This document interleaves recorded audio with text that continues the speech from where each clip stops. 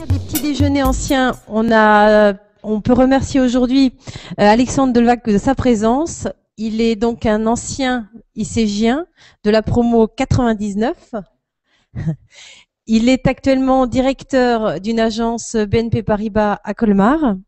Et l'objectif aujourd'hui, c'est de faire en sorte pour lui de témoigner de son parcours professionnel auprès de vous, de parcours professionnel qui a commencé à l'ISEG et qui se termine, et qui se poursuit aujourd'hui au sein de l'agence BNP Paribas. Donc n'hésitez pas, si vous avez des questions à lui poser, n'hésitez pas à les lui poser. On est en direct sur YouTube, c'est pour ça que j'ai un micro. Et c'est pour ça que vous ne m'entendez pas plus qu'avec un vrai micro, c'est parce que voilà, on retransmet directement l'interview sur YouTube. Voilà. Donc n'hésitez pas. Si vous avez des questions, je vous passerai le micro de façon à ce qu'on les entende sur le net. Et je remercie encore Alexandre d'être là aujourd'hui parce que ce sont des gens qui prennent de leur temps professionnel pour venir et pour témoigner auprès de vous de leur parcours. Voilà. Je vous cède la parole. Alors, est-ce que vous pourriez nous parler en quelques mots de votre parcours professionnel, donc à partir de l'ISEG et même pendant l'ISEG avec les stages notamment jusqu'à maintenant, et quelles sont vos missions aujourd'hui au quotidien? D'accord. Alors, moi je suis rentré à l'ISEG en 97 sur une section qui s'appelait Co, qui n'existe plus, qui se rapproche apparemment de marketing, avec différentes options qu'on pouvait avoir à l'époque, et donc on pouvait même combiner éco et sup entre guillemets. Donc moi,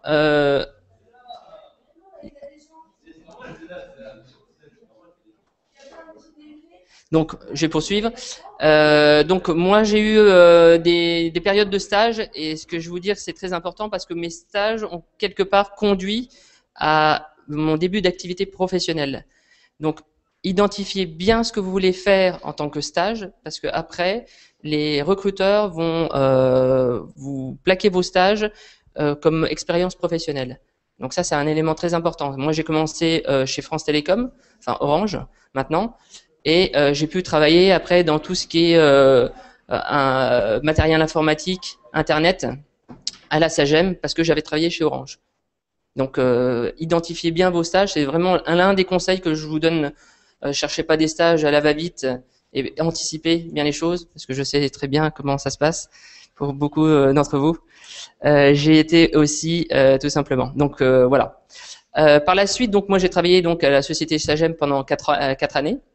J'ai commencé comme commercial avant de gravir les échelons, donc commercial pur, avant de tout ce qui est réseau, serveur internet, serveur en général.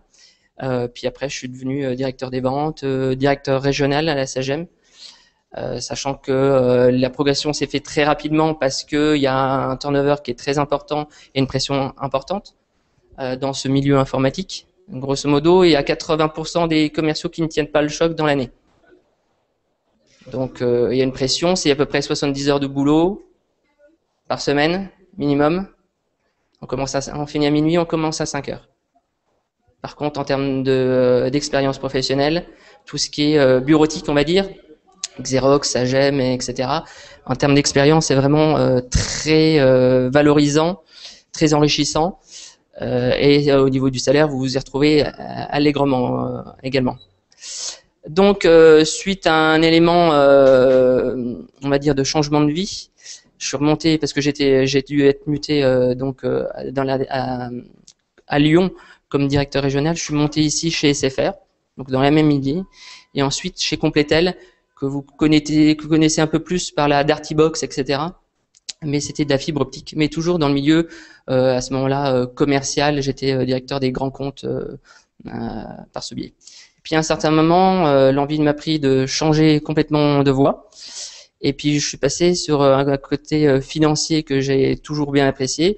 Et j'ai postulé en fait chez BNP Paribas, qui cherchait aussi en fait à des commerciaux, des personnes venant de l'extérieur, complètement de l'extérieur, puisque j'ai même des collègues qui viennent de chez Carglass, etc. en tant que manager. Et puis on a été formés à leur business school pendant 6 mois intensifs. Et puis donc j'ai pris mon poste il y a à peu près une bonne année en fait chez BNP Paribas comme directeur d'agence sur le centre de Colmar. Voilà. Voilà à peu près les grandes lignes de mon parcours. Donc aujourd'hui, je suis en charge de 7 personnes sur mon agence. Petite agence en tant que telle, moyenne pour le groupe de Strasbourg, les 2 plus grandes étant bien sûr Dôme et l'autre sur Colmar. Et puis après, il y a donc, on va dire, les moyennes de mon acabit. Alors je suis très heureux parce que je reviens à des parties de management que j'avais eu à une certaine époque aussi. Donc la gestion humaine est vraiment ce qui est le plus valorisant. Quand vous avez une expérience, quand vous pouvez la partager, c'est super. C'est vraiment une expérience qui est enrichissante. On se sent quand même un peu grisé, tout simplement. Par contre, en termes de salaire, c'est pas les mêmes que sur la partie commerciale, mais on a par contre d'autres avantages sur, par exemple, sur sa vie de tous les jours. Là, je travaille plus 70 heures, quoi. Donc c'est quand même un avantage. Donc voilà. Voilà à peu près le retracé. Donc aujourd'hui, mes missions, je vois aussi donc aussi bien des professionnels. Donc j'ai une partie B2B. À voir des petites entreprises, des artisans, des moyennes entreprises, et puis aussi des clients de tous les jours, mais qu'on catégorie filles de revenus importants, on va dire. En tant que directeur, je dois faire des gestions de patrimoine, voir un peu comment on peut développer leur patrimoine, et puis des fois le privé et en même temps le professionnel peuvent être intimement liés. Donc à ce moment-là, on essaie de voir ce qui est le plus pertinent pour eux. Voilà, à peu près. Est-ce que vous avez des questions? Oui, vas-y.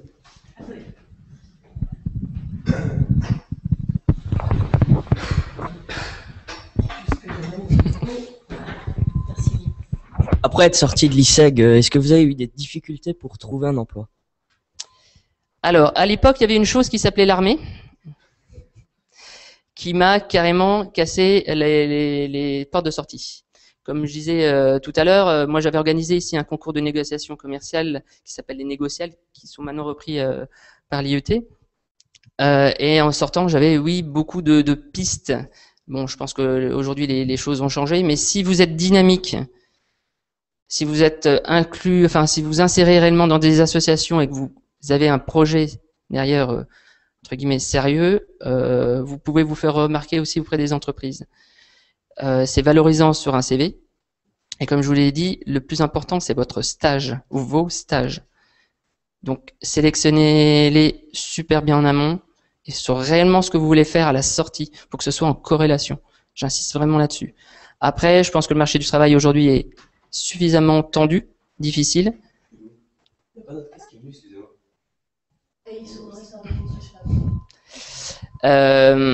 Aujourd'hui, il est vraiment difficile. Moi, je le vois par la gestion des entreprises que j'ai, la situation économique se détériore. C'est un peu plus dur. Donc, battez-vous bien avant. Cela dit, je vous dirais que en même temps, le milieu étudiant, d'après l'APEC, ça a redémarré aussi. Donc, voilà. Donc, essayez de bosser, essayez d'être en relation avec eux, quoi. Le plus important, c'est d'être en relation avec les entreprises. Toujours un lien et un contact. C'est pour ça. Pourquoi c'est vraiment un truc qui te...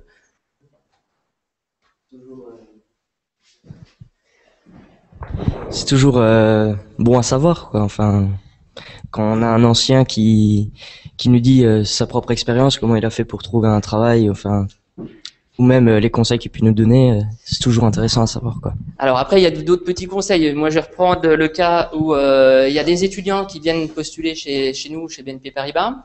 Donc, il y a des fois des sessions, soit de recrutement, soit de stage d'été.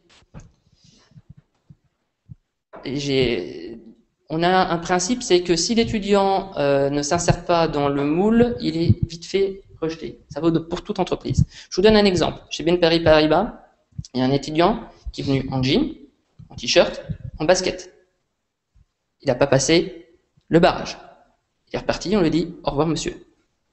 On va dans une banque, donc inévitablement, il y a des codes, il y a un dress code, et inévitablement, il faut un costume, et être à peu près bien habillé. Pas obligatoirement une cravate dans les premiers temps, etc. Et on voit si une personne a fait un effort ou s'il n'en a pas fait. S'il vient juste pour, voilà, il faut que j'ai un boulot, un stage, on écarte tout de suite. Pareil dans la construction de votre CV. Très important aussi. En effet, vous n'avez peut-être pas beaucoup d'expérience, mais il y a des choses à valoriser.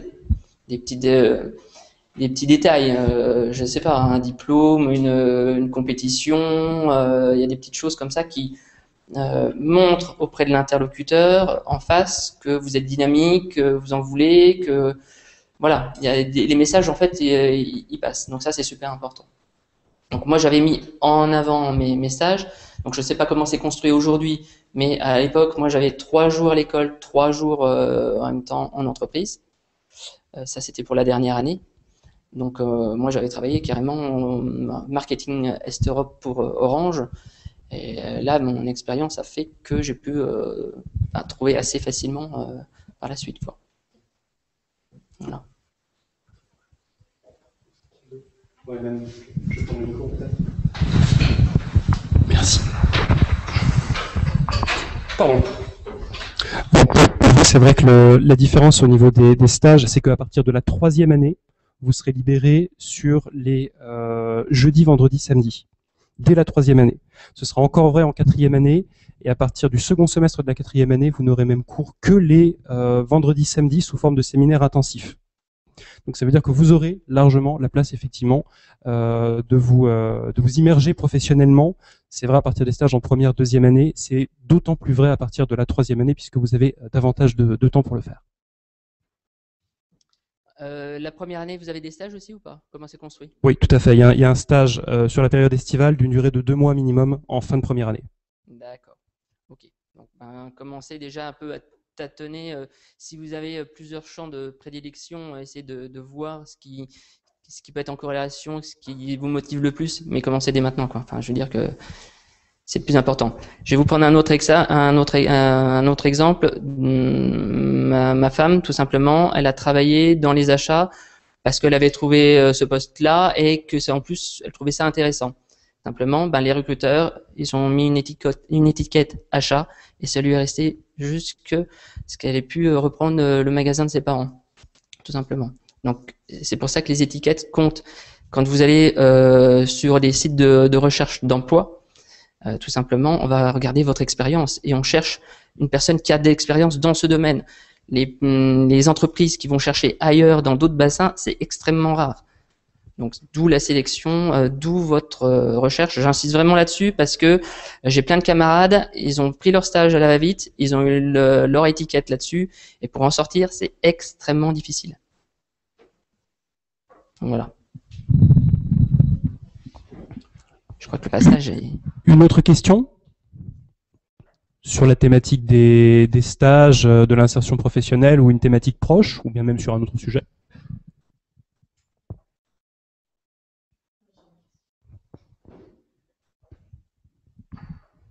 Pour vous, quelles sont les qualités d'un bon manager? Alors, elles sont multiples. Ne pas obligatoirement, celle qui vient en premier, hein, ne pas obligatoirement redescendre la pression qu'on vous met d'en haut. Aujourd'hui, l'activité est de plus en plus dure et en fait, là, au-dessus de vous, on vous met une grosse pression. Si vous la répercutez directement à vos équipes, ça ne passe pas. Ça ne peut pas passer parce que vous êtes là, en fait, vous êtes le tampon. À vous de la réinterpréter, cette pression, pour l'équipe et après de façon individuelle. Ça, c'est très très important. Parce que moi, comme je vous ai dit, à SAGEM, il y a une énorme pression. Si on l'interprète tout de suite, le turnover était de 80%. Moi, avec mon équipe, elle est restée 2 ans. J'en suis content. Parce que justement, il ne faut pas réinterpréter, remettre la pression direct. Quand je parle de pression, c'est par exemple, vous allez dans un rendez-vous, vous avez 1 heure de rendez-vous, vous sortez, vous avez votre chef qui vous téléphone en disant « T'as vendu? Non ?» Et si t'as pas vendu, ça réduit vraiment une engueulade. Donc il faut avoir les coups des franches. Il faut être très fort. Inévitablement, moi je connais plus ça dans le milieu bancaire, la pression est différente. La pression, elle se passe pas obligatoirement en termes de vente en milieu bancaire, elle se passe surtout sur la qualité client aujourd'hui.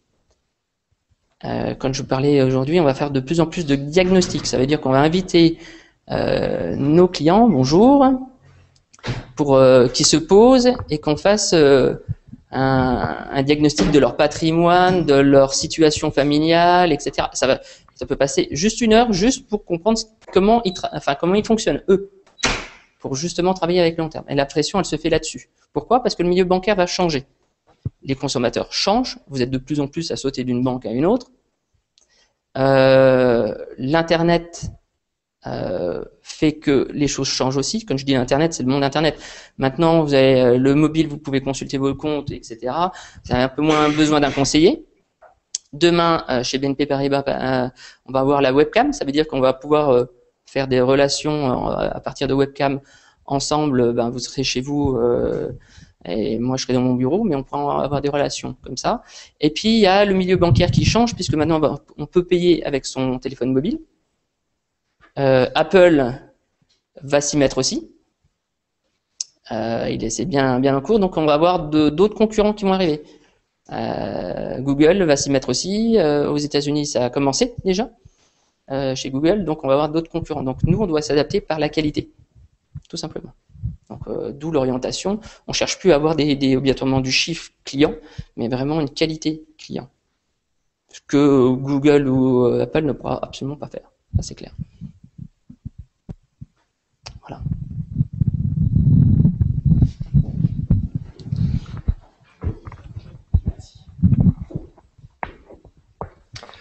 Si vous deviez aujourd'hui être dans une perspective de recrutement, dans le cadre de votre activité, je pense à un recrutement, pas nécessairement un stagiaire, mais même un potentiel CDI. Mettons-nous, comme par hasard, sur la logique d'un jeune diplômé que vous chercheriez à recruter. Quelles seraient les qualités numéro 1?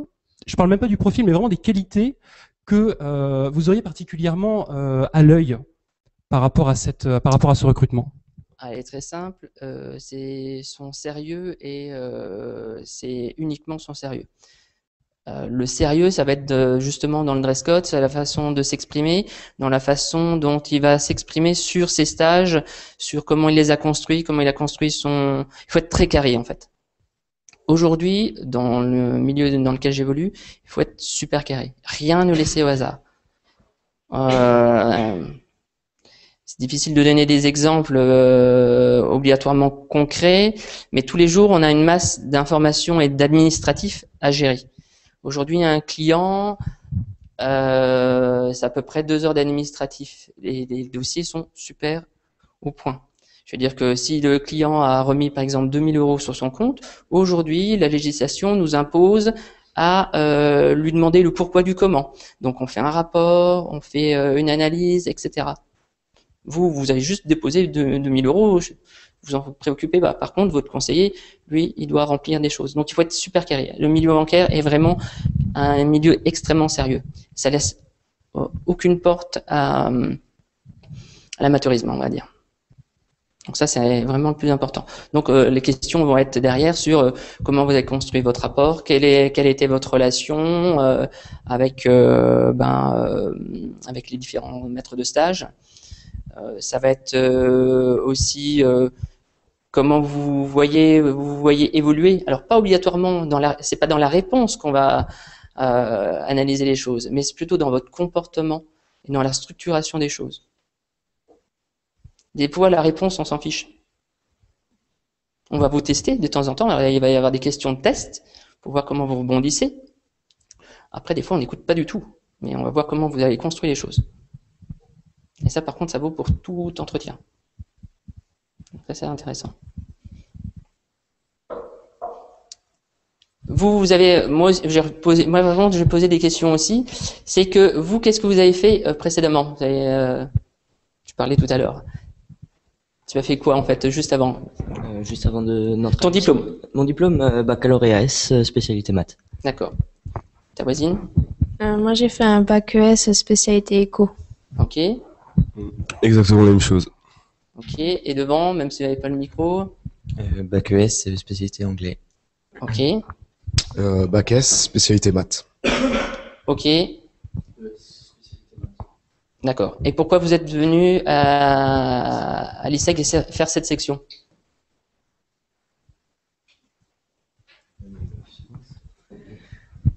Ben, tout d'abord, le monde financier qui m'a particulièrement intéressé depuis à peu près 2008-2009, avec Oui. la crise financière. Forcément, l'actualité était très importante, donc on commence à s'y intéresser. Et c'est vraiment vis-à-vis de l'intérêt, quoi, que l'ISEG Finance a commencé à m'intéresser. Je connaissais déjà l'ISEG par mon frère qui avait fait Business School. J'ai commencé à vraiment m'intéresser à l'ISEG et à la finance et je me suis dit pourquoi pas. Et pour l'instant, en tout cas, tout se passe bien. J'en suis très content, donc je continue comme ça. Et tu sais déjà, tu as des idées de ce que tu voudrais faire plus tard ou c'est encore trouble ou... Flou, oui et non. Plutôt deux secteurs, mais qui sont pas proprement dit assez différents. C'est soit dans vraiment le type marché financier en tant que tel, que ce soit le trading ou l'analyse financière, ou encore la gestion de patrimoine à proprement dit. D'accord. Ok. Alors, je vais rebondir sur ta dernière réponse. Gestion de patrimoine, les banques cherchent du monde. BNP Paribas, par exemple, en général, a recruté l'année dernière plus de 2000 collaborateurs. Donc, les milieux bancaires recherchent. Pourquoi? C'est juste une question de pyramide des âges. Il y a les personnes qui partent à la retraite. Il y a eu un gros boom dans les années 50-60. Ces personnes partent, donc on a besoin de personnes. Donc, on cherche notamment des personnes sur la gestion de patrimoine. Dans un premier temps, tu commenceras pas obligatoirement par cette partie-là, puisque tu dois connaître des fondamentaux bancaires. Mais par la suite, oui, il y a de la recherche. C'est même en fort développement. Comme tout à l'heure, je te disais aussi sur la partie patrimoine, même maintenant un conseiller doit complètement gérer une relation de patrimoine. Après, tu passes ce qu'on appelle en banque privée, tout simplement. Et à ce moment-là, tu fais ça. Voilà. Donc, si vous cherchez en effet des jobs, c'est une piste. Après, voilà. Ton voisin. Moi, j'aimerais bien travailler aussi. Enfin, c'est exactement comme lui. Un bac SP Maths, gestion de patrimoine, marché financier. Mais oui, je vais vous demander par rapport à ça, dans votre agence à Colmar. Pour les stages, il y a des gestionnaires de patrimoine dans l'agence? Alors, pour les stages, comment ça se passe? C'est simple, il faut que vous alliez faire à peu près 50 mètres et déposer votre feuille, puisque la direction régionale, en fait, est ici. Alors, moi, quand j'ai des demandes de stage ou d'emploi, simplement, je regarde et j'envoie ça au RH avec un avis. Tout simplement succinct, parce que si ça va absolument pas, on met ça de côté. Mais en effet, vous pouvez demander au RH, ils sont demandeurs durant l'été, en effet, de stage. Après, je vous dirais de pas le faire sur la partie gestion de patrimoine parce que c'est dans un premier temps, ils vont pas vous donner les choses à faire, clairement. Par contre, de passer par la partie conseiller, c'est déjà plus intéressant. Nous, cet été, par exemple, il y a une personne qui a fait ses 2 stages d'été l'un à la suite de l'autre pour justement faire gestion de patrimoine. Elle était juste au guichet. L'année dernière, elle avait été justement en gestion de patrimoine. Et je vais poser cette question à la fin août. Elle m'a dit, j'ai préféré être au guichet parce qu'elle a été avec la clientèle, elle a vu comment les choses se construisaient. Plutôt que de griller des étapes, elle a compris la base et elle s'est vraiment amusée à ça. Elle m'a dit, moi, ce que j'aime bien, c'est de voir le client. Et donc là, avec la gestion de patrimoine, par la suite, elle va pouvoir mettre en application les choses. Mais il ne faut pas obligatoirement se tromper de stage non plus là-dessus.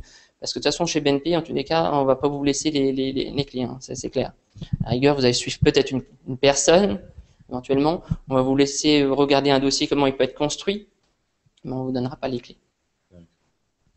Donc, commencez par la base. On peut vous expliquer le pourquoi du comment de certains choix aussi qu'on fait pour le client. Le choix par rapport à des mesures réglementaires, puisqu'en ce moment, ça change beaucoup, on va dire, ou ça va changer encore.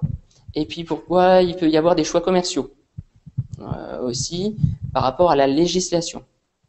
Ça c'est important. Parce qu'avec, par exemple, le livret A qui a été déplafonné, nous, on a des personnes qui ont des fortunes importantes, ils ont voulu tout mettre, enfin, combler sur le livret A. Il y a peut-être d'autres solutions plus rentables pour eux. sans m'étendre. Et voilà. Est-ce que tu avais d'autres questions ou... Si t'en as pas, c'est ton voisin. Je pense qu'on a à peu près tous le même profil, quoi. Oui. Si on est ici, donc trading et gestion aussi, pour moi. Ok. Est-ce que tu avais une question par rapport... Non, pas spécialement. Ah, tu peux passer à ton voisin aussi. Bah, moi, c'est surtout marché financier, même si je sais que c'est très compliqué. Oui. C'est quand même dur. Mais sinon, oui, analyse financière ou gestion de patrimoine, comme tout le monde, en fait. D'accord. Ok. Ça marche. C'est derrière, si ça passe encore au niveau du fil du micro. Moi, la gestion, enfin, en tout cas du patrimoine, ça m'intéresse pas vraiment. Ouais. Ce serait plutôt au marché, voire enfin, plus au niveau européen, notamment avec les instances qui se mettent en place, comme le Fonds européen de stabilité ou l'OMS. Par contre, je voulais vous poser une question par rapport à tout à l'heure. Vous nous avez parlé d'un événement personnel, je crois, qui vous a fait changer d'orientation quand vous êtes passé de téléphonie vers la banque. Et je me demandais si actuellement, vu l'état du marché, ce genre de possibilité, ça nous serait offert en fait. Parce que c'est quand même risqué, je pense, comme passage. Alors, le passage, c'est complètement une reconversion pour le compte, donc en effet, c'est un peu dur. L'événement, je vais le citer, c'est le décès de mon père. Donc, à un certain moment, moi, j'étais à Lyon, ma femme était ici. À un certain moment, on dit stop, je reviens ici, et voilà. Après, il faut trouver. Alors, vous pouvez trouver aujourd'hui des postes. Alors, je parlais sur la gestion de patrimoine, mais même sur les marchés financiers, dans les banques, parce qu'ils recrutent. Et ils recrutent clairement. Donc ça, là-dessus, si vous postulez, après, je vois un ami qui a été justement sur les marchés financiers. Il a fait New York, Singapour, Hong Kong, etc. Il est venu dans le milieu du retail, donc de tous les jours, tout simplement parce que il a été un peu trop éloigné des réalités et pour aussi valoriser une expérience managériale. À un certain moment, le gros avantage de certaines banques, donc on va y dire, il y en a surtout deux grosses, c'est que la structure fait que vous avez des formations en interne et vous pouvez passer d'un poste à un autre. Et en même temps vous enrichir. Donc cette personne-là, elle va faire 2 ans comme directeur d'agence, va repasser sur les marchés financiers comme manager, et donc va revenir dans cette partie-là. Moi j'ai d'autres personnes qui sont allées par exemple dans le milieu de l'assurance. Donc ils passent du milieu bancaire à milieu d'assurance.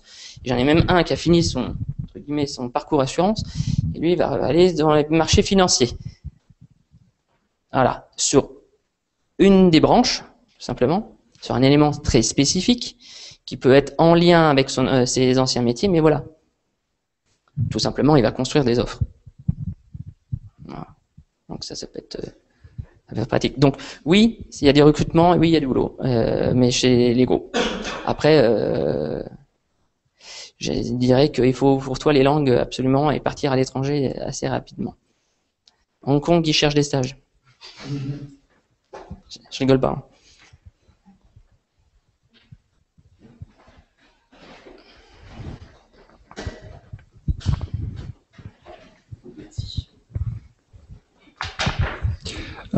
Peut-être quelques questions très pratiques et très concrètes.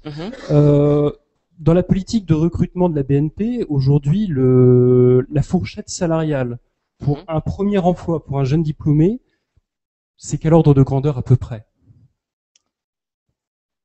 Alors, sur un poste en agence. Sur un poste en agence, on va être sur du 1200 net. Moi, pour être transparent, je suis à 1900. Voilà. Après, quel est votre premier objectif? Est-ce que c'est grandir et être dans les postes, ou alors votre salaire? À ce moment-là, les réponses sont différentes. Moi, pour être très clair, quand j'ai commencé comme commercial, c'était pour le salaire, pour mettre de l'argent de côté. Voilà. Aujourd'hui, mon objectif est plutôt ma vie familiale, donc je change un peu la fourchette. J'ai passé du simple au double en termes de salaire, enfin plutôt diminuer mon salaire. Mais par contre, j'ai une vie plus saine aussi et je m'épanouis plus. Voilà. Après, ça augmente. Hein. Je veux dire que un directeur en banque privée, donc patrimoine, on est autour de 4000. Voilà, pour vous donner un exemple. Et justement, en termes d'évolution professionnelle, qu'est-ce que ça pourrait être? Je sais pas, il n'y a pas de parcours type évidemment, mais qu'est-ce que c'est qu'une progression de carrière quand on part, je dirais, à la base sur un premier poste en retail? Quels peuvent être les échelons classiques de la progression pour quelqu'un qui, évidemment, donne satisfaction dans son travail, s'investit et rapporte des clients à la banque? Alors, bonjour.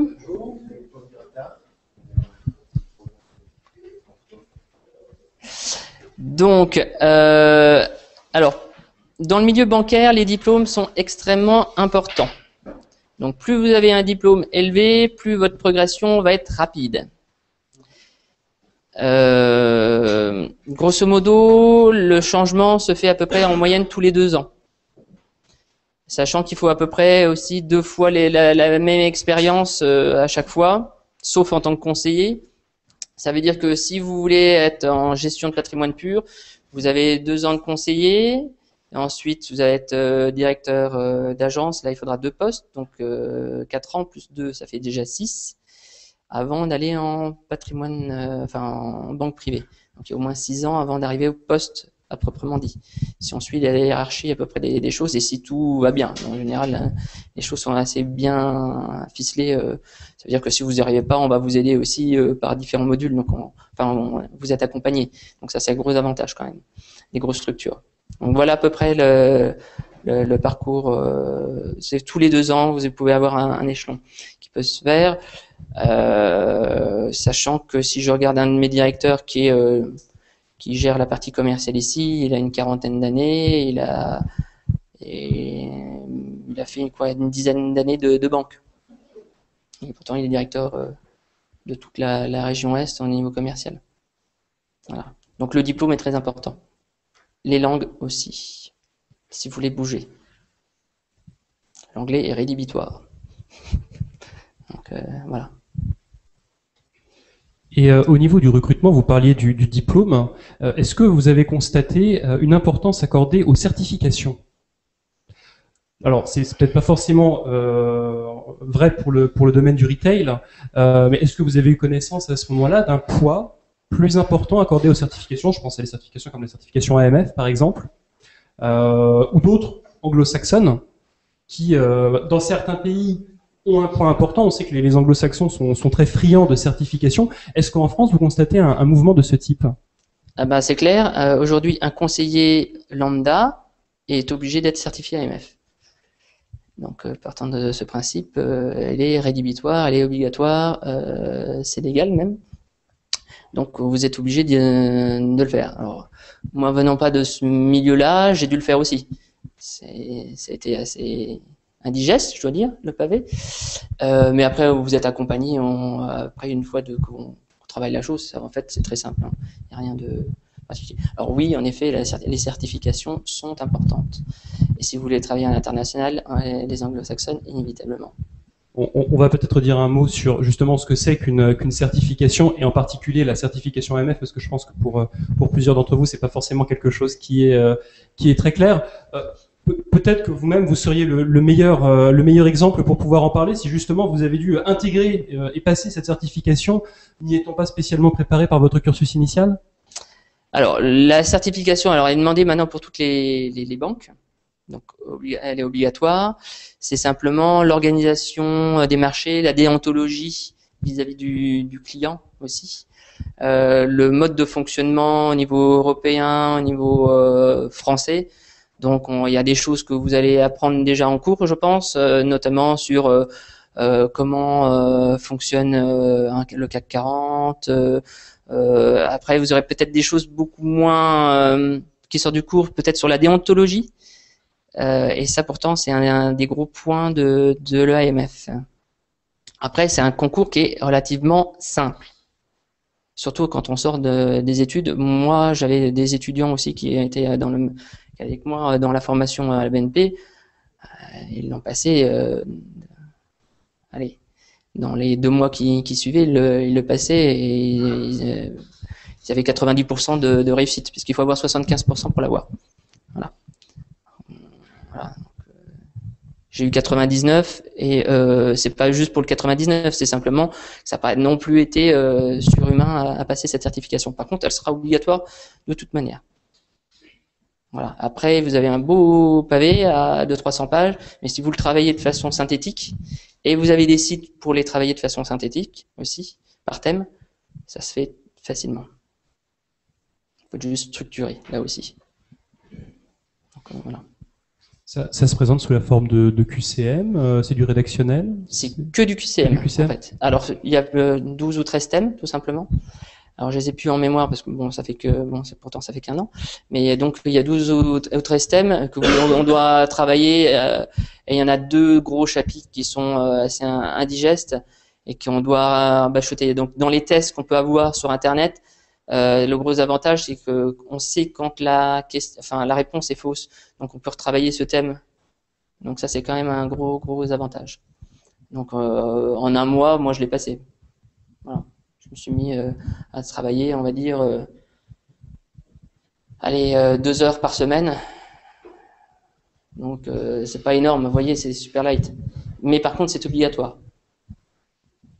Donc, voilà, aujourd'hui, il n'y a personne qui l'a raté chez nous. Donc, même des personnes, comme je dis, des conseillers qui n'ont pas votre formation. Donc, voilà, c'est des personnes qui, donc, des fois, sont rentrées avec aucune formation bancaire, qui sont venus juste au guichet, puis qui gravissent les échelons. Et pour être conseiller, juste simple conseiller, vous êtes obligé de le passer. Pour toutes les banques.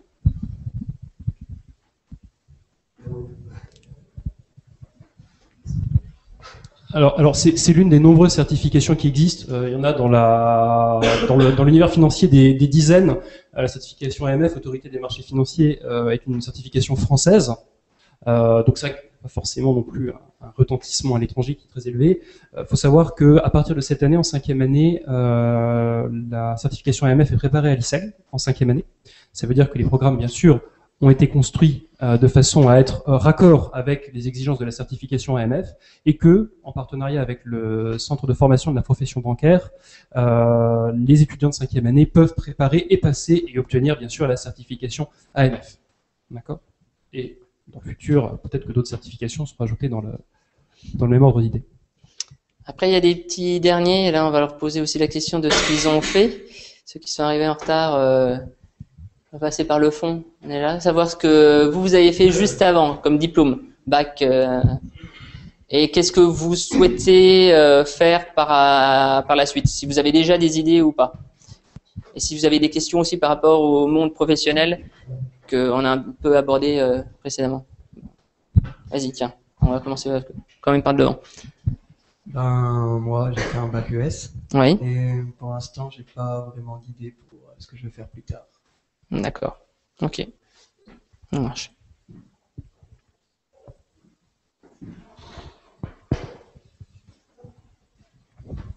Moi, j'ai passé un bac ES avec spécialité éco. Et par la suite, j'aimerais bien travailler dans les banques privées. D'accord. Bonjour, alors je m'appelle Delema Baptiste, j'ai fait un bac ES, spécialité mathématiques. Oui. Et comme idée de métier, je sais pas encore, certainement travailler dans une banque. Après, spécialisation, je sais pas encore. D'accord. Ok. Bon, je disais tout à l'heure, je crois que tu n'étais pas là. Donc, les banques recherchent inévitablement sur la partie gestion de patrimoine, enfin banque privée. Voilà. J'avais une question sur le volet commercial. Parmi vos compétences, il y a des compétences commerciales importantes. Moi, la relation client est importante dans vos postes et les postes bancaires en général, la gestion de patrimoine en particulier. Est-ce que vous pourriez nous dire, parce que la relation commerciale fait un peu peur, tout ce qui est aux étudiants en général, est-ce que vous pourriez nous dire quelles sont les qualités requises dans le cadre de la relation commerciale pour la faire aboutir, quelles sont les difficultés, mais aussi les satisfactions? Alors, il y a une chose qu'on apprend en vente, c'est la première, c'est l'écoute. C'est très important et dans le milieu bancaire, on va vous apprendre justement ça pour ceux qui vont y rentrer, c'est qu'on va écouter le client. Les produits, vous en avez plein. Le but, c'est pas de mettre un produit et de vendre un produit, c'est de savoir comment lui fonctionne, sa partie familiale, sa patrimonial, ses placements, ses envies, ses projets aussi. Et tout ça va faire donc identifier. Mais en fait, vous le faites assez naturellement quand vous vous rencontrez entre vous. La première fois, c'est tiens, qu'est-ce que tu as fait, tu fais quoi comme sport, etc. C'est exactement la même chose, hein, c'est de la découverte de l'autre. Et en fonction de ça, vous allez plaquer une solution, en fait, donner une solution, construire une solution. Donc ça, c'est important. Après, il y a une chose qui est importante, c'est l'empathie. Si vous aimez le relationnel. Alors, vous pouvez être timide, etc. Il y a plein de gens qui sont timides et qui sont très bons commerciaux aussi. Donc ça, là-dessus, il n'y a pas de souci. Simplement, il faut écouter, construire les choses et est-ce que j'aime discuter, est-ce que j'aime être en relation avec les personnes. Cela dit, même sans voir des clients, vous êtes en relation avec tout le monde. Hein. Donc vous êtes. Puis on a besoin de se vendre. Vous vous vendez tous les jours. Quand vous allez vous faire un recrutement, vous allez vous vendre. Dans la relation intime, dans les premiers temps, vous vous vendez. C'est exactement ça. C'est ni plus ni moins que ça. Donc en fait, la notion de vente, elle est là simplement que vous vous en rendez pas obligatoirement compte. Il y a des petits sketchs justement de vente où on crée une pseudo-relation intime et en fait dans la découverte. Alors c'est un sketch qui est complètement préparé à l'avance. Hein. Et c'est assez rigolo parce qu'on voit justement toutes les étapes dedans. Et ça vous parle peut-être des fois un peu plus. Après, sur la partie professionnelle, on vous oriente. Par exemple, moi, sur mes équipes, j'avais demandé de préparer une fiche, parce qu'à un certain moment, on pose des questions, puis on les suit au fil de l'autre. Et puis on oublie les essentiels. Donc moi, j'ai fait une fiche synthétique pour pas oublier certains points. Donc, comme j'ai divisé en 4, la famille, le milieu professionnel, tout ce qui est patrimoine, placement, etc., et les projets. C'est surtout sur la dernière partie du projet que les choses vont se faire. Ou alors la partie familiale. Parce que quand vous avez des sessions d'entreprise, vous avez une incidence patrimoniale derrière aussi. Donc il y a des petites choses comme ça qui sont en corrélation. Donc l'écoute, l'empathie, très important. Et puis est-ce que vous aimez bien les gens? Voilà. Et en termes de satisfaction, quelles sont-elles dans des métiers commerciaux? Bah après, quand on a fait bien son boulot, c'est un peu comme tout, hein, on se sent valorisé. Je veux dire que quand vous avez vendu et bien vendu, ce que j'appelle bien vendu, c'est vendre parce que vous savez pertinemment bien que c'est en corrélation avec le client, bah vous vous sentez super valorisé, quoi. Enfin, vous vous sentez, oui, bien. Enfin, c'est oui, c'est complètement gratifiant. Puis en plus, vous avez la récompense, elle est là ou elle est pas là. Donc ça peut être brutal. Ça veut dire que si vous l'avez pas fait, c'est qu'il y a quelque chose, il y a un trou dans la raquette. Alors soit vous pouvez rattraper les choses, soit que c'est rédhibitoirement non, et là c'est mort. Mais en même temps, comme c'est assez brutal, dans l'autre sens, quand vous vendez, vous êtes bien satisfait, quoi. Après, on a pas mal d'échecs. On s'en nourrit, c'est un peu un vieil adage, mais pourtant c'est bien là. Et en même temps, un des gros avantages aussi, c'est que après ça va vous permettre d'évoluer justement sur la partie managériale. Moi aujourd'hui, ce que j'aime bien, c'est redonner de ce que j'ai appris, tout simplement. Sur le milieu bancaire, j'ai des conseillers qui ont 20 ans d'entreprise. Je leur apprends rien sur cette partie-là. Les produits, ils les connaissent voire mieux que moi. Simplement, c'est plutôt sur l'approche client, sur la façon d'entretenir la relation aussi, que je peux leur apporter quelque chose. Et eux m'apportent en revanche d'autres points. Donc voilà. Oui, vas-y. C'est plus pour la partie stage. Est-ce que c'est vraiment intéressant pour un étudiant de première année, un stage de 2 mois par exemple dans une agence comme la vôtre? Alors je te dirais oui, mais pas de se tromper de là où tu veux faire ton stage. Parce que quand on est à l'école, on a une vision des choses qui est tout à fait logique, je l'avais. C'est je veux faire ça, donc je postule pour ça. Mais ce comme je disais tout à l'heure par rapport à la jeune fille, c'est pas obligatoirement ce qui est le plus intéressant dans un premier temps.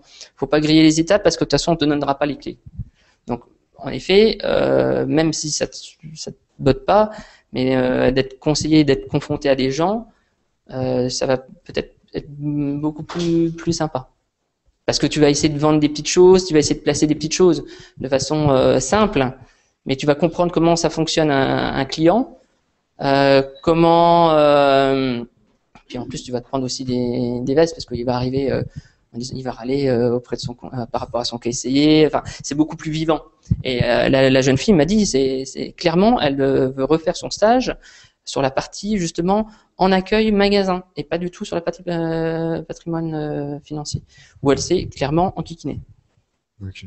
Et je veux dire, on aura de la matière pour faire quelque chose, ça sera vraiment que regarder, voir un peu. Si c'est en poste conseil guichet, là tu as de la matière puisque tu es face à toi-même.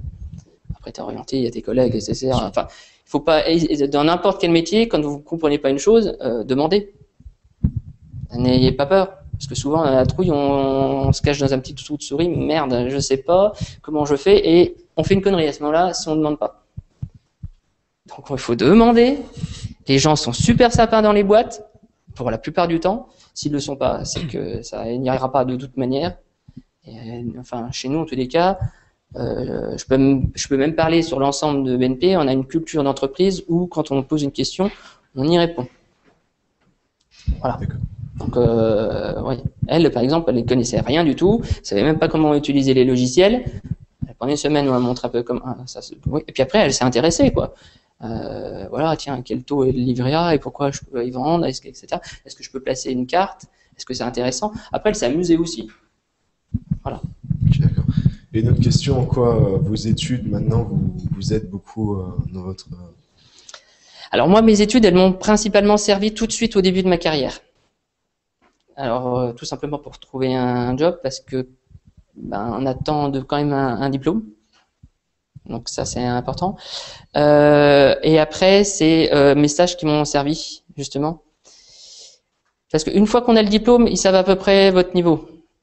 C'est une des choses. Mais par contre, les stages, est-ce que vous avez fait et comment vous l'avez fait? Parce qu'il y en a certains qui vont vous demander qu'est-ce que vous avez fait? Ah, j'ai fait ça. Souvent, des fois, c'est grossi allègrement dans les CV. Et ne grossissez pas vos CV de façon ostentatoire, ça se verra inévitablement. Donc, n'en faites pas trop non plus. Dites réellement les choses. Et voilà, quoi. C'est un bon conseil aussi à faire. Donc, moi, c'est les stages qui m'ont aidé. Après, dans les outils que j'ai pu acquérir, moi, dans un premier temps, à la SAGEM, c'était l'anglais qui a été très important. Ça, c'était un élément qui était super important. Ensuite, ça a été sur une partie quand on était commerce international, sur la partie Orange, parce qu'il y avait, c'était Est Europe. Donc il y avait une petite partie et puis marketing parce que moi j'étais dans la partie marketing. Donc là inévitablement j'appliquais ce que j'avais vu en cours. Alors là on était en face à face tout simplement. D'accord. Merci. Ouais. C'est pour revenir sur ce que vous avez dit avant là sur le recrutement, qui recrutait beaucoup sur la gestion de patrimoine et aussi sur le marché financier. Oui. Mais j'aimerais bien que vous en disiez plus sur le marché financier parce que quand on regarde un peu autour, on voit que les débouchés sont de moins en moins nombreuses. Alors c'est vrai que, je vais faire une réponse de Normand, oui et non. Tout simplement, toutes les grosses structures ont un peu dégrossi l'année dernière, mais c'était sur certaines parties, tout simplement, enfin tout ce qui nous concerne, mais pour le global, elles recrutent. Tout simplement. Elle recrute, c'est surtout sur les parties à l'étranger, sur certains types de marchés qu'ils ont dégrossi, mais sur la partie France, en tous les cas, ils n'ont pas dégrossi. Donc il y en a certains Français qui ont été rapatriés un peu en France. Il y a eu un peu de ménage de fait, mais sur le volume global, parce que le problème, c'est quand vous voyez les infos, on parle de C'est un peu, on va prendre le cas de la téléphonie, on parle des milliers d'emplois qui sont supprimés, mais on parle pas de ceux qui sont créés. Et dans la balance, il y en a plus qui sont créés que ceux qui sont perdus. C'est exactement à peu près la même similitude, tout simplement.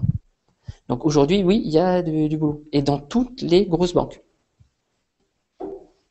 AIG recrute, nous, comme je l'ai dit, sur le global, 2000 étudiants.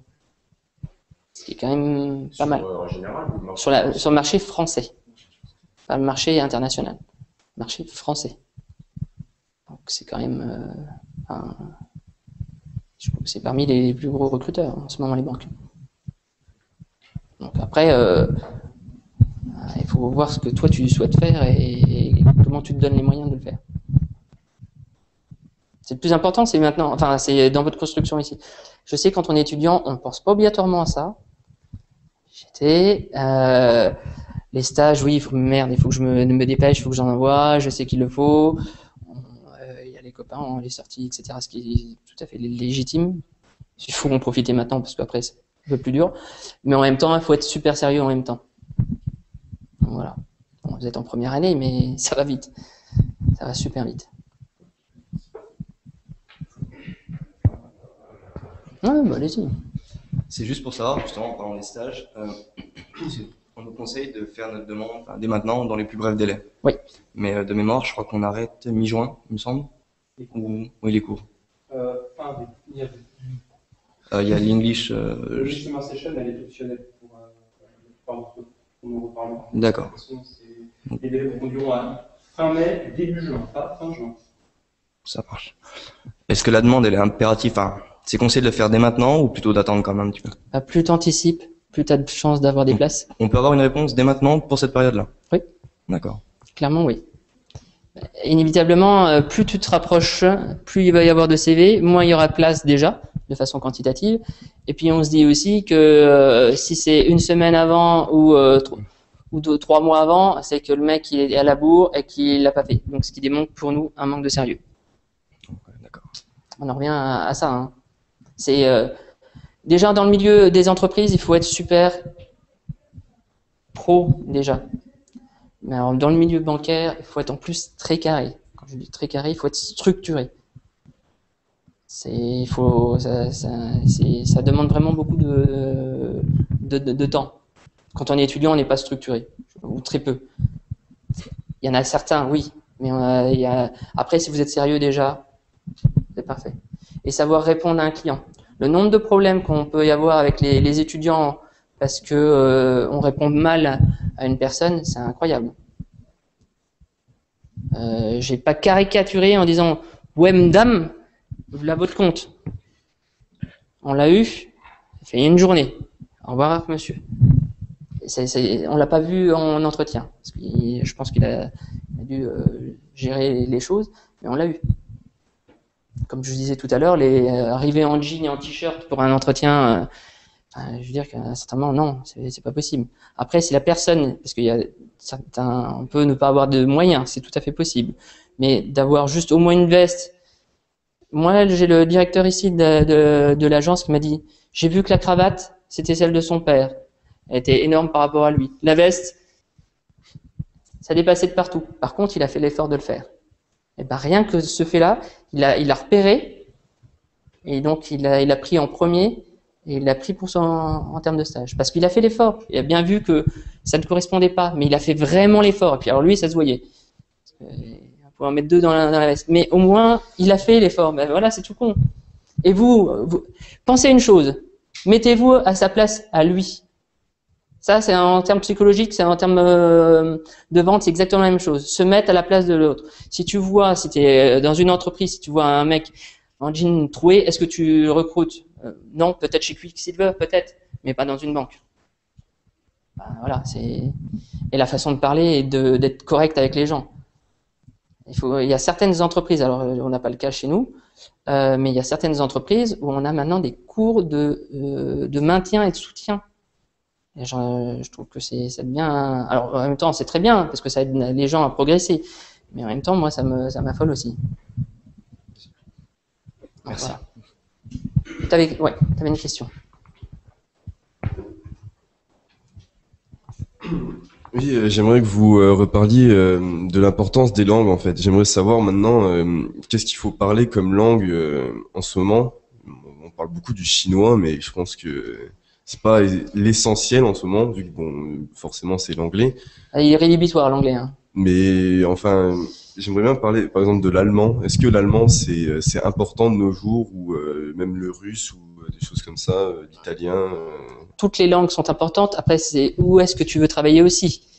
Après, l'anglais, il est rédhibitoire. Donc, si vous pouvez aller à l'étranger, alors si vous êtes pas bon en anglais, vous avez la chance en première année, l'importance du stage n'est pas obligatoirement important dans votre carrière. Alors, aller au McDo, aller en Angleterre et travailler au McDo, juste pour améliorer votre anglais. C'est là, le stage n'est pas obligatoirement le plus important. C'est maintenant qu'il faut le faire les choix. Mais l'anglais, il y a même pas de sujet là-dessus. Donc, si le niveau ou si vous vous sentez même vous pas à l'aise, allez justement travailler, même sur une petite structure comme ça. Je parle d'un McDo parce que c'est simple. Voilà, ça c'est une bonne chose. Après, pour les autres langues, en effet, le chinois prend de plus en plus de place. C'est en même temps un phénomène de mode aussi, mais en même temps c'est rédhibitoire. Je pourrais te dire aussi le portugais, parce que tu as le Brésil aussi qui se développe fortement. Tu as le russe, en effet. Où est-ce que tu veux travailler? Qu'est-ce que tu veux faire? On en revient à ça. Par contre, l'anglais, pas de sujet. Après l'Allemagne, c'est sûr que vu que la population vieillit, il y a de plus en plus de demandes d'emploi jeunes, mais tout à fait. Est-ce que c'est forcément, vu que je sais que vous êtes à Colmar, vous avez sûrement de plus en plus de clients allemands qui viennent en France placer leur argent. À mon avis. Parce que c'est moins rémunéré, moins structuré en Allemagne. Donc ça, c'est assez rigolo. Ça, c'est pour l'anecdote. Oui, je veux dire que tu me parles de l'allemand. Si tu te sens à travailler en Allemagne, inévitablement, ton allemand va être obligatoire. Et les entreprises allemandes, dans le milieu bancaire, ont le même phénomène de pyramide des âges. Donc oui, il y a des recrutements qui s'opèrent aussi en Allemagne. Donc voilà, si tu te sens appétent à l'allemand et te dire il y a peut-être des marchés derrière, oui, fais-le. Alors, par contre, vas-y. Bon, par contre, l'allemand, je sais pas de ton niveau, mais il est complexe à gérer. Donc, comme je dirais, pareil que pour l'anglais, pour te sentir à l'aise. Oui, même si la première année, tu t'en discutes avec tes maîtres de stage, tu vas travailler au McDo et puis voilà, au moins tu améliores ton allemand. Et va pas à quel, hein. Non. Tu vas à Berlin ou vraiment en Allemagne, quoi. Ne rentre pas chez papa-maman, tu te débrouilles. Aller à quel? Non, ça marche pas, quoi. Ça peut être pas mal, mais je veux dire que c'est pas ça qui va t'aider. Il faut vraiment que tu sois baigné dedans, complètement, immergé. Après, pour le chinois, alors moi, à mon époque, le chinois, on en parlait, etc. On savait que ça allait venir. Bon, maintenant, on est complètement dedans. Moi, j'ai un ami qui est carrément parti là-bas. Donc, il a fini ses études, il a fait un DES en Allemagne, et après, il est parti en Chine, et il a appris le mandarin sur place, là-bas, pendant 2 mois. Il a mangé du mandarin, et il en a mangé, et maintenant, il s'occupe de relations import-export vin français en Chine, et puis il monte des petites soirées vin français, formation sur les vins français, etc. Il en a bavé des ronds de chapeau pendant 2 ans. Maintenant, les choses vont très bien. Voilà. C'est une question de choix, de motivation. Après, en première année, vous ne savez pas obligatoirement où vous voulez vous orienter. Par contre, l'anglais, si vous vous sentez faible, ça, par contre, mais partez. Et vous pouvez aller dans des pays comme le Canada, où vous allez vous sentir très à l'aise. Moi, j'ai de la famille, par exemple, au Canada, où y travailler. Il y a c'est une relation nord-américaine, mais en même temps, il y a une grande présence européenne.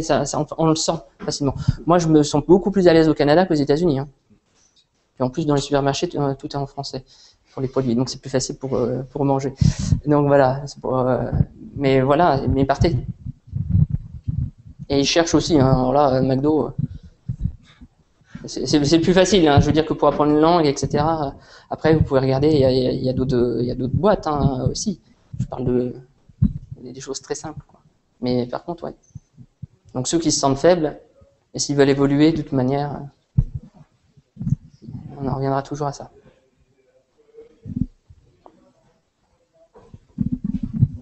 Est-ce qu'il y a encore une question? Parce que là, on arrive sensiblement au terme de ce petit déjeuner. Un mot de la fin pour quelqu'un? Non? Bon ben, merci beaucoup à vous, Monsieur Delvac, d'être venu témoigner de votre expérience et de votre parcours, d'avoir pris sur votre temps et d'avoir répondu à toutes ces questions nombreuses, d'avoir insisté sur l'importance effectivement des choix de stage et de la construction de ce parcours, des petits pièges effectivement qu'il faut savoir débusquer, parce que c'est vrai que les professions bancaires ont un grand nombre de spécificités et d'exigences propres. Je crois qu'effectivement l'un des maîtres mots à retenir, c'est le sérieux. Qui effectivement, bon, ça fait un peu stéréotype quand on le dit comme ça, d'être sérieux pour la banque, mais c'est pas une vue de l'esprit. De toute évidence, c'est vraiment la réalité. Eh bien, merci beaucoup encore une fois. Merci. Bonne journée.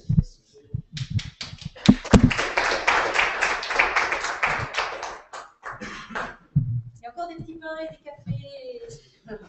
Des cafés distribués.